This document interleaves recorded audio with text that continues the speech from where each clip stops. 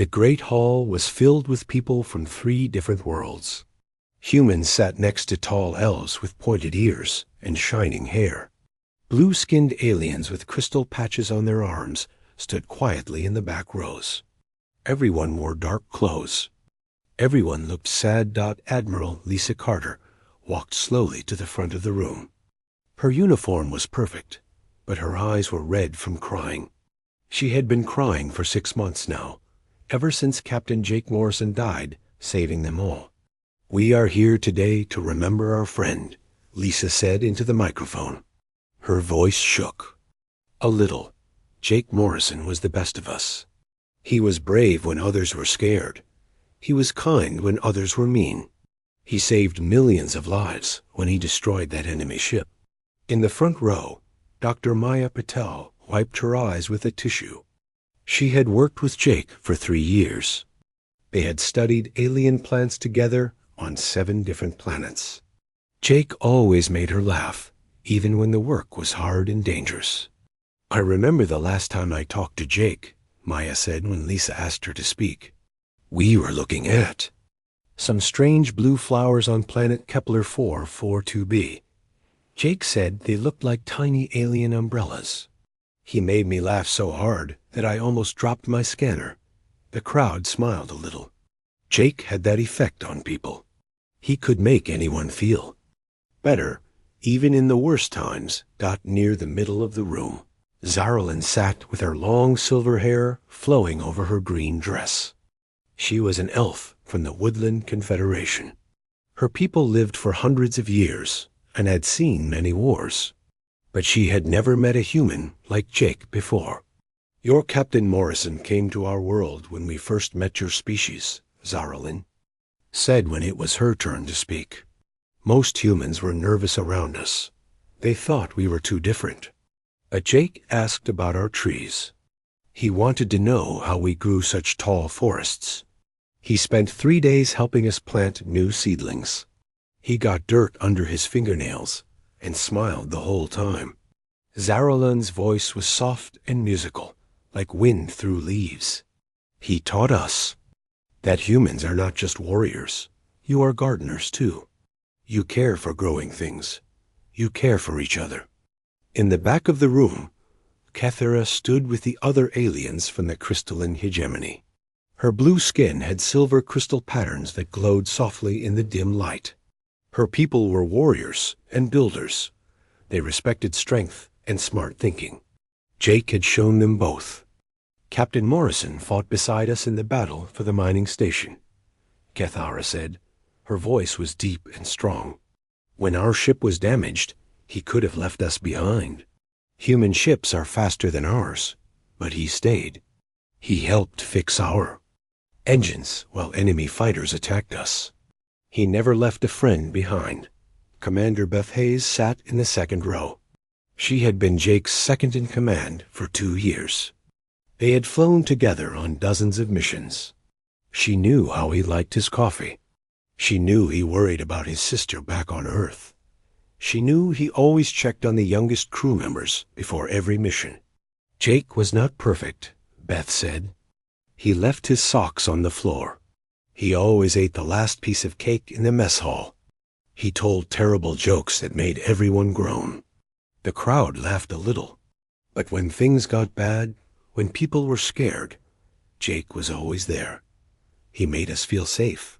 Lisa Carter took the microphone again. Her hands were shaking now. 6 months ago, Jake flew his ship straight into the enemy dreadnought. We all heard his last message. He said, "Tell everyone I'm sorry about the cake." And his ship exploded. The enemy ship was destroyed. The attack on Earth was stopped. Millions of people lived because Jake died. The room was very quiet now. Even the aliens were crying. Humans cry with water. Elves cry with silver tears that sparkle. The blue aliens cry with soft humming sounds. Dr. Amy Roberts stood up from her seat.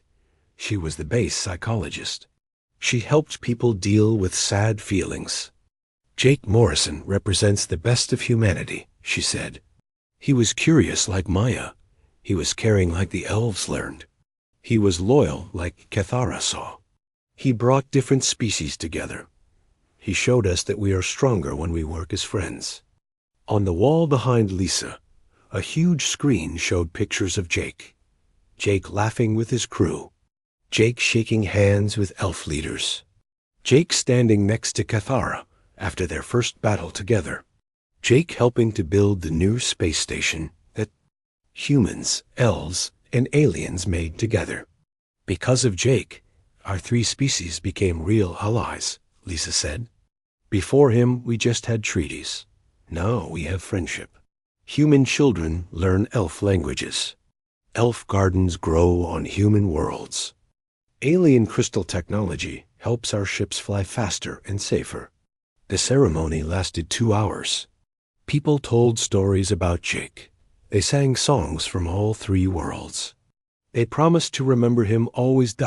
As everyone started to leave, Zarlin walked up to Cathara. Your people and my people fought each other for 1,000 years, the elf said quietly. Yes, Cathara replied, but we both learned to trust humans. We both learned to trust Jake. He brought peace to the galaxy, Zarlin said. Yes, and now he's gone. Neither of them knew that Jake Morrison was not really dead. They did not. No, he was floating in a strange ship far away in space. They did not know that mysterious beings had found his broken body and were fixing it with technology beyond anything humans, elves, or aliens had ever seen. They did not know that Jake would return. And when he did, everything would change. Commander Beth Hayes was having a normal day.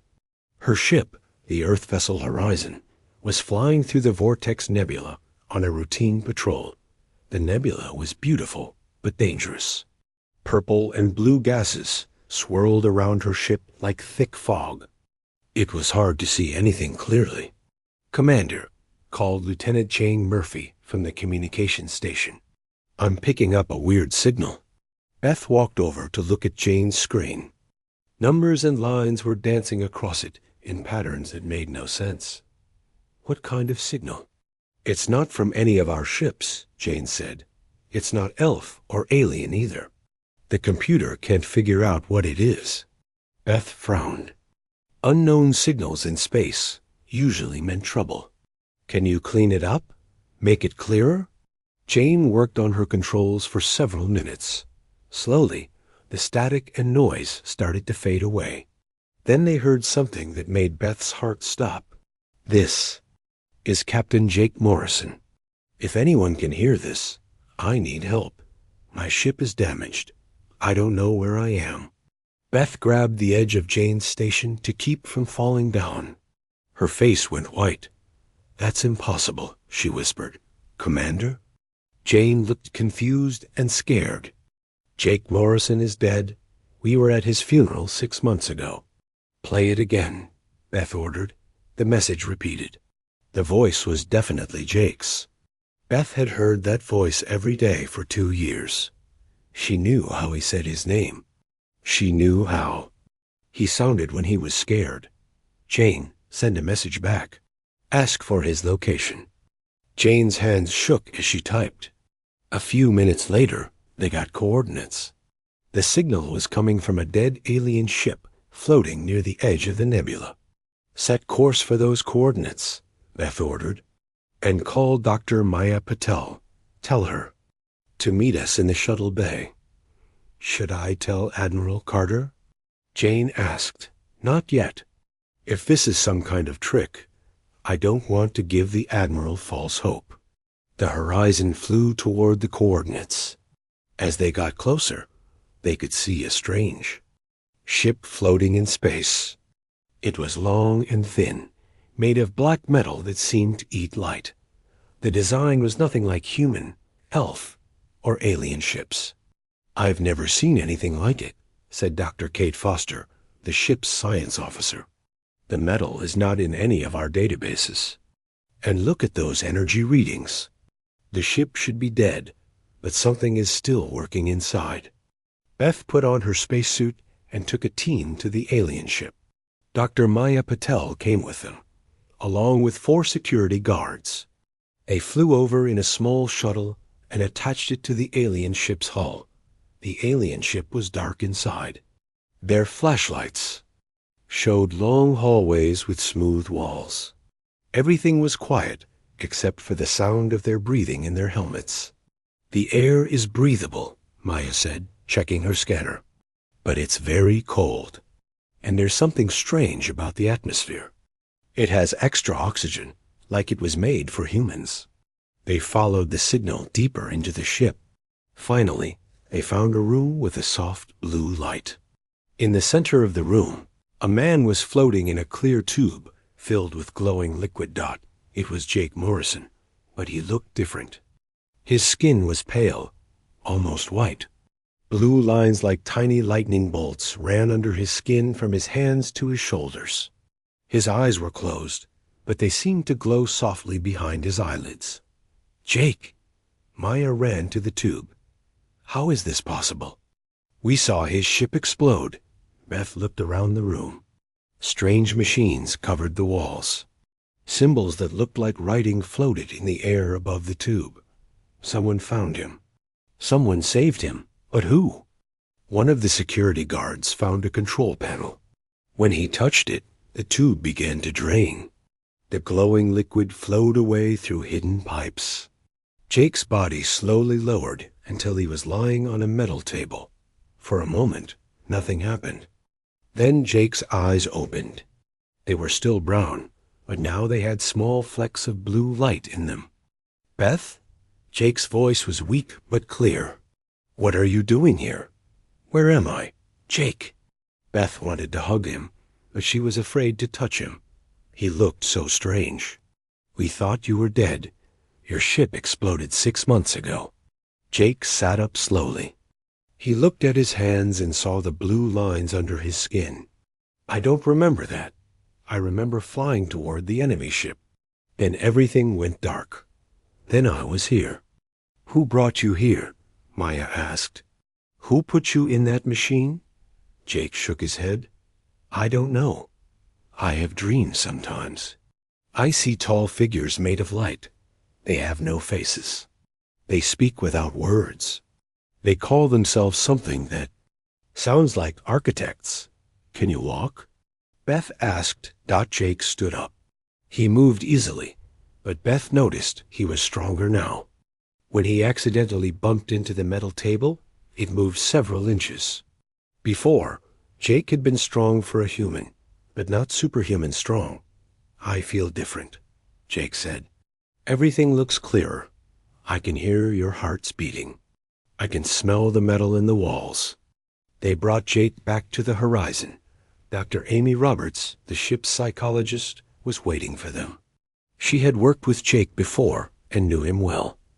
"Jake, do you remember me?" Amy asked. "Of course, Dr. Roberts. You helped me when I had nightmares." After the battle at Station 7, Amy smiled. It was definitely Jake. His memories seemed fine. "How do you feel?" "Strange. Like I'm me, but also not me. Like someone rebuilt me with better parts." Dr. Maya Patel ran every test she could think of. Jake's blood was different. His bones were stronger. His muscles were denser. His brain activity was much higher than normal. "You're still human," Maya told him. "But you've been changed, enhanced. Your body is working much better than it should." "Am I dangerous?" Jake asked. "I don't think so. You're still you. You still care about people. You still make bad jokes." Jake smiled for the first time since they found him. "Speaking of which, why did the alien cross the space lane?" "Why?" Beth asked, even though she was afraid of the answer. "To get to the other solar system." Everyone groaned. It was definitely Jake. But as they flew back toward Earth, none of them noticed that Jake's eyes glowed a little brighter when he thought no one was looking. None of them saw him staring at the stars with a strange expression on his face, like he was waiting for something deep in his mind, voices that were not his own whispered words he could not quite understand. Pictures flashed behind his eyes of places he had never been and machines he had never seen. The architects had sent him back for a reason. Soon he would remember what that reason was. But for now, Jake Morrison was just happy to be alive and surrounded by friends. For now, that was enough. The news of Jake Morrison's return spread across the galaxy like wildfire. Within hours, every human, elf, and alien base knew that the dead hero was alive. Admiral Lisa Carter cried when she heard. Zaralyn dropped her teacup, and it shattered. On the floor, Cathara stopped in the middle of a military meeting and just stared at the wall. Jake was brought to Earth's main medical facility.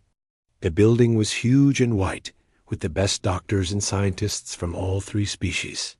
They wanted to understand how he had survived and what had been done to him. Dr. Maya Patel led the research team. She worked with Dr. Kate Foster and a dozen other specialists.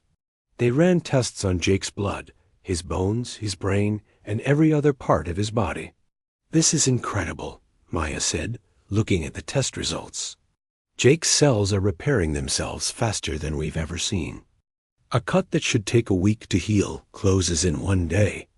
His bones are 3 times stronger than normal human bones." Dr. Foster studied Jake's brain scans. His neural activity is off the charts. He's processing information much faster than before. He can solve math problems that would take a computer several minutes. But Jake himself seemed confused by all the attention. He sat in his hospital bed, still making jokes and asking about his friends. He wanted to know how everyone had been during the 6 months he was gone. He asked about his sister on Earth. He asked if the peace between humans, elves, and aliens was still strong. "I just want things to go back to normal," Jake told Maya. During one of his tests, "I want to fly my ship again. I want to help people." "We need to understand what happened to you first," Maya said gently. "You've been changed in ways we don't understand. We need to make sure you're safe." Admiral Carter visited Jake every day. She brought him news from around the galaxy and reports from his old crew. But she also watched him carefully. Something felt different about her old friend, though she could not say what. "Jake," Lisa said during one visit, "do you remember anything about these architects you mentioned?" Jake closed his eyes and concentrated. "Sometimes I have dreams. I see tall figures made of light standing around me. They don't have faces, but I can feel them looking at me. They speak without moving their mouths. They say things like, 'The vessel is prepared, and the mission will begin soon.' What mission? I don't know. When I try to remember more, my head starts to hurt." 2 weeks after Jake's return, Zaralyn arrived at the medical facility.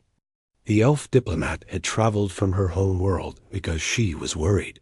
Her people had magical abilities that could sense things others could not. "May I see him?" Zaralyn asked Admiral Carter. "Of course. He's been asking about you." Zaralyn entered Jake's room. He was sitting by the window, looking out at the Earth's blue sky. When he saw her, he smiled and stood up. "Zaralyn, it's so good to see you." But when Zaralyn looked at Jake with her magical sight, she saw something that made her step backward. Around Jake's body, she could see a faint shadow that did not belong to him. It was like another person standing in the same space, waiting. "Jake," she said carefully, "you feel different. Everyone says that. The doctors think I'm enhanced somehow." "No, not enhanced. Occupied." Jake frowned. "What do you mean?" "Something else is inside you. Something that is not you. It is sleeping now, but it is there." That same day, Cathara arrived from the alien homeworld. The blue-skinned warrior had brought special equipment from her people. A crystalline hegemony had technology that could scan minds and energy patterns. "Commander Morrison," Cathara said formally when she met Jake, "it is good to see you alive." "Just Jake, please. We're friends, remember?" Cathara nodded. but she activated her scanning device while they talked. The small crystal device glowed and hummed as it examined Jake's body and mind. "Jake," Cathara said slowly, "I am detecting two separate consciousness patterns in your brain. One is you, the other is something else. Something foreign." Dr. Maya Patel, Zaralin, and Cathara met that evening to discuss what they had found. Admiral Carter joined them in a secure conference room. "Both of you detected something wrong with Jake?" Maya asked. "Not wrong," Zaralin said. "Additional. There is something else sharing his body." "My instruments show the same thing," Cathara agreed. "It appears to be dormant now, but it is definitely there." Admiral Carter looked worried. "Could it be dangerous?" "We don't know," Maya said. "But we need to find out more about these architects. If they put something in Jake's mind, we need to know what it is." That night, Jake had the strongest dream yet. He saw himself floating in space near a massive ship that was bigger than a moon. The ship was black and covered with strange symbols that hurt to look at. Inside the ship, the tall figures of light were building something. "The vessel is ready," one of them said without speaking. "When the signal comes, he will begin his true purpose." "What purpose?" Dream Jake asked. "To break the alliance. To turn the species against each other. To prepare them for harvesting." Jake woke up screaming. The nurses ran to his room, but he was shaking and could not stop. He remembered every word of the dream, and for the first time, he was scared of what had been done to him. The next morning, Jake told Maya, Zaralin, and Cathara about his dream. Their faces went pale as he described the massive ship and the plan to break the alliance between humans, elves, and aliens. "They want to use me," Jake said quietly. "They saved me so they could turn me into a weapon against my own friends." "But you remember the dream," Zaralin pointed out. "You are fighting their control. For now. But what happens when they send their signal? What if I can't resist?" Cathara placed a crystal hand on Jake's shoulder. "Then we will help you resist. Humans, elves, and aliens together. That is what all eyes do." Admiral Carter made a decision. "We need to prepare for the worst. If other enhanced humans are out there, if they're programmed to attack, we need to be ready. But first," Maya said, "we need to try to remove whatever the architects put in Jake's mind. Is that possible?" Jake asked. "I don't know," Maya admitted. "But we have the best scientists from 3 species. If anyone can do it, we can." As they made their plans, none of them knew that across the galaxy, other enhanced heroes were beginning to wake up. Former soldiers and explorers who had died in battle were returning to their people. All of them had gaps in their memory. All of them had been changed. And deep in space, the architect's ship was moving toward populated worlds. The harvest was about to begin, but Jake Morrison was no longer alone. He had friends who would fight for him. He had all eyes who would not let him fall to darkness. The architects had made one mistake when they brought him back. They had reminded the galaxy why humans, elves, and aliens were stronger together than apart. 3 days after Jake's nightmare, the attacks began. The first report came from the mining colony on Titan Base. Captain Roy Fletcher, who had died fighting pirates 2 years ago, appeared at the colony's main gate. He looked different, enhanced, like Jake, with glowing lines under his skin. The colonists were so happy to see him alive that they opened the gates immediately. 6 hours later, Titan Base went silent. "The entire defense grid is down," reported Lieutenant Colonel Jane Murphy. From Earth Command.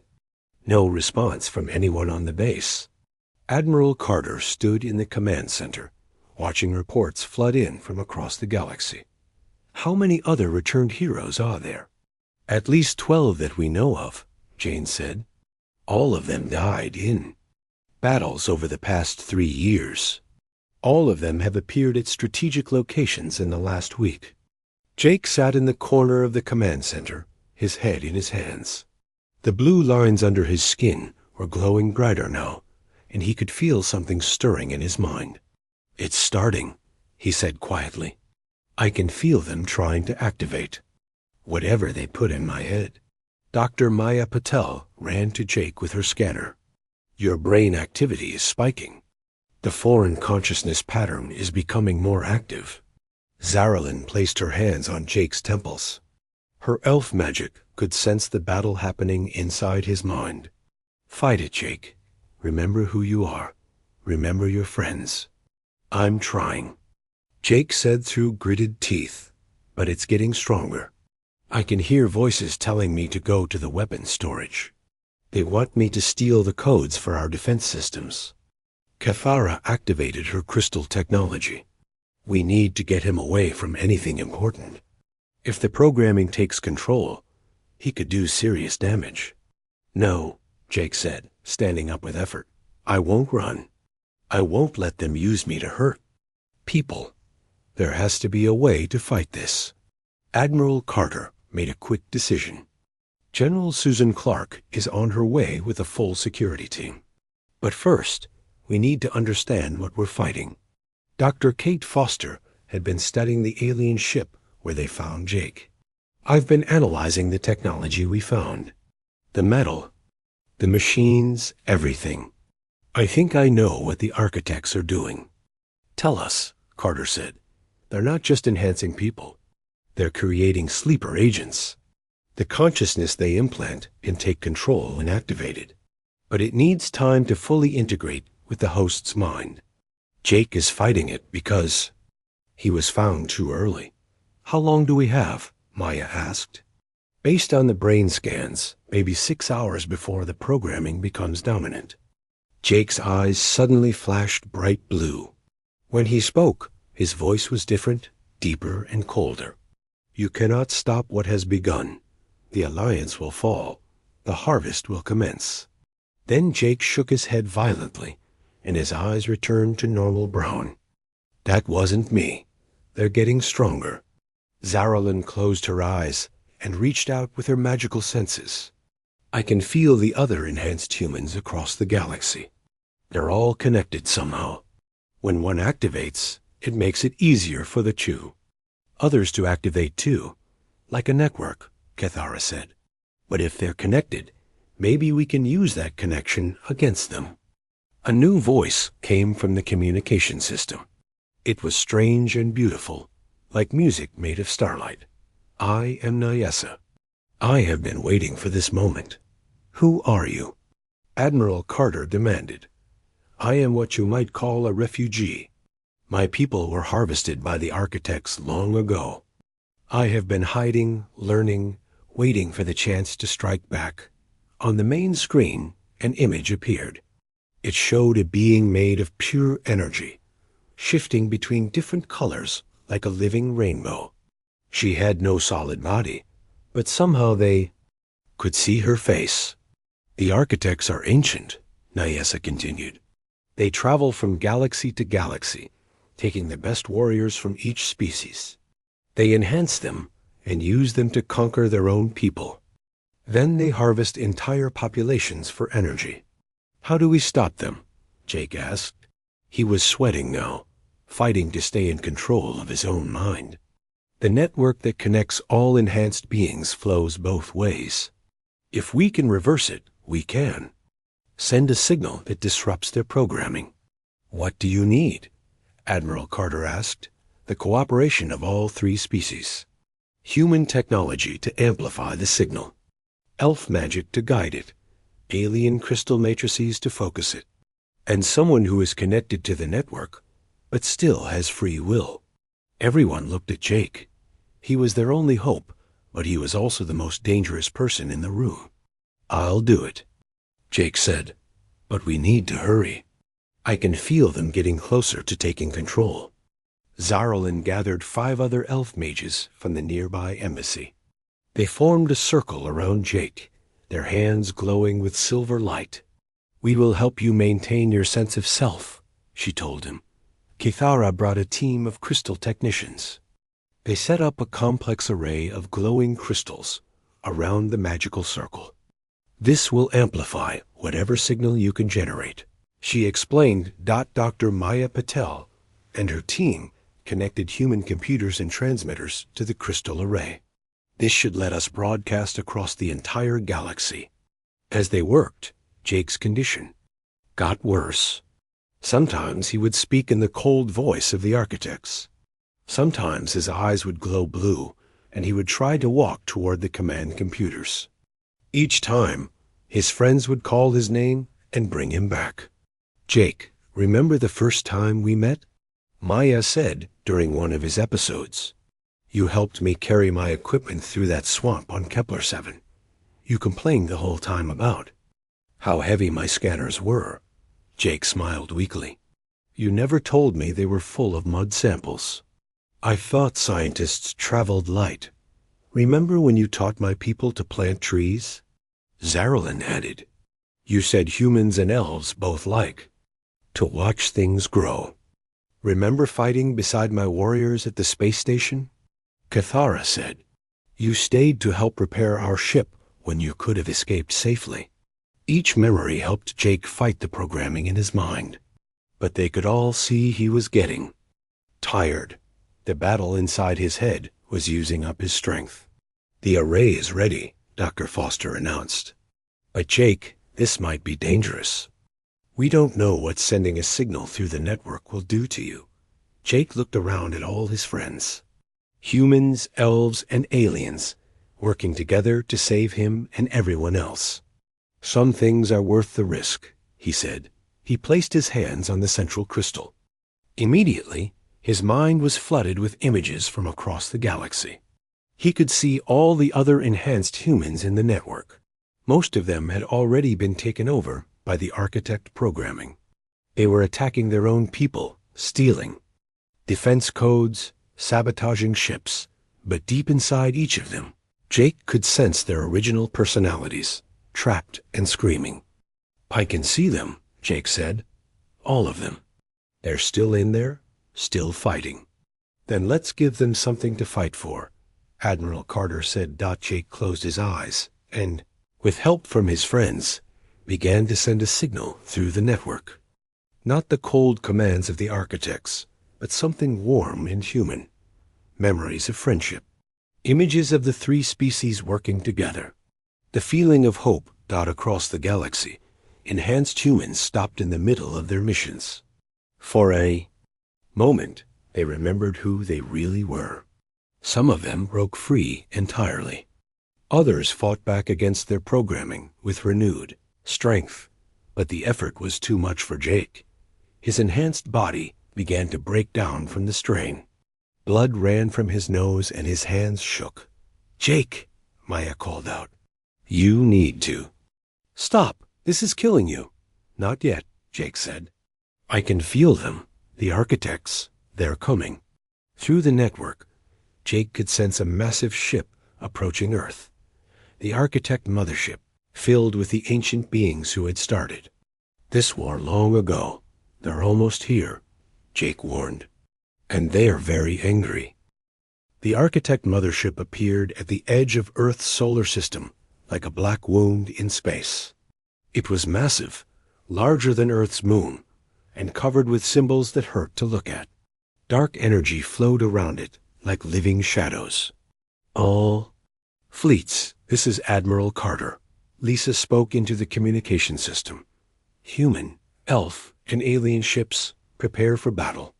This is what our alliance was made for." Jake was barely conscious now. The effort of sending the signal through the network had drained his enhanced body almost completely.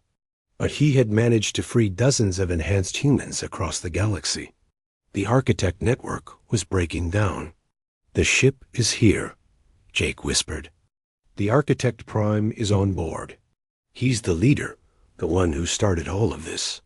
Dr. Maya Patel checked Jake's vital signs. "He's dying. His body can't handle much more of this." "Then we finish this quickly," Zarelin said. Her silver hair was glowing now as she poured more elf magic into keeping Jake alive. Cathara studied the readings from her crystal array. Mothership's shields are unlike anything we've seen. Our weapons won't be able to break through. What about the signal? Admiral Carter asked. Can we use it as a weapon? Nyasa's voice came through the communication system again. Yes, but someone needs to get close to the ship. The signal needs to be transmitted directly into their central core. How close? Carter asked. Inside the ship, right to the heart of their operation. Everyone looked at Jake. He was the only one who could navigate the architect network and find the core. But he was also barely alive. I'll go, Jake said, struggling to sit up. It's my job. I'm the one they changed. I'm the one who can stop them. You can't fly in your condition, Commander Beth Hayes said. She had just arrived with reinforcements from the fleet. Then come with me, Jake said. You, Maya, Zaralyn, Cathara. The 5 of us, representing all 3 species and our alliance. Admiral. Carter wanted to say no. It was too dangerous. But she could see the determination in Jake's eyes. This was what he needed to do. Take my fastest ship, Carter said, the Starfire.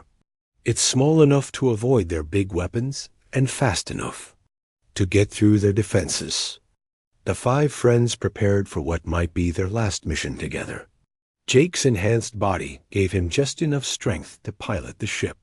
Maya brought her scientific equipment to analyze the architect technology. Zaralyn carried elf crystals, filled with powerful magic. Cathara brought the most advanced alien weapons her people had. Beth brought her skill as a pilot and her loyalty as a friend. The battle around Earth was incredible. Human ships fired laser weapons that lit up space like fireworks. Elf vessels, grown rather than built, moved like living things through the darkness. Alien crystalline ships shot beams of pure energy.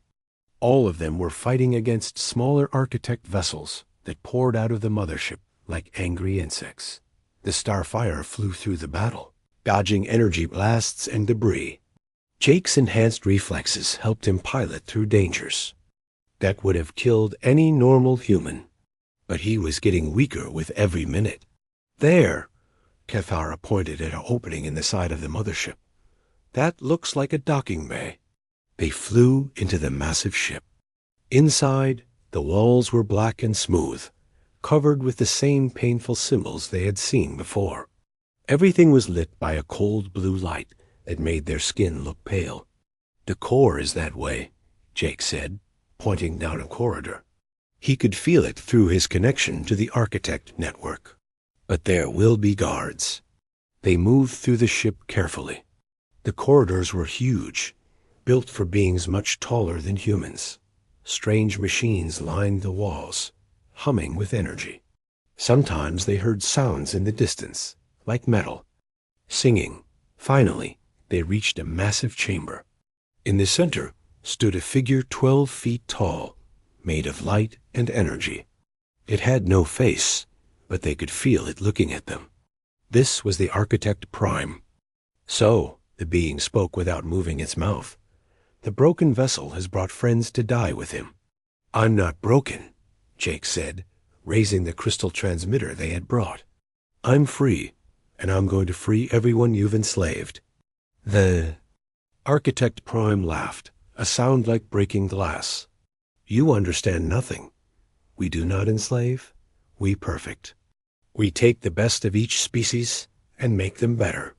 Then we use them to harvest the rest. It is efficient. It's murder, Maya said angrily. It is survival. The universe is cold and dark. Only the strong deserve to continue.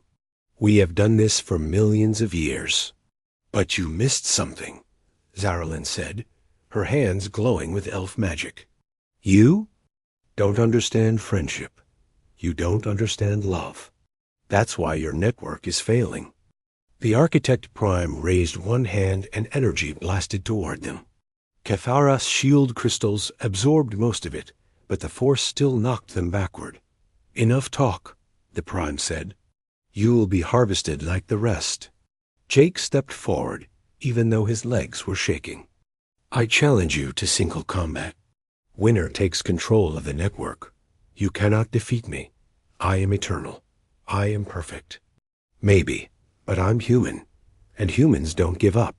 The battle was fierce. The Architect Prime threw energy blasts that could have destroyed a building. But Jake was faster now, enhanced by their own technology.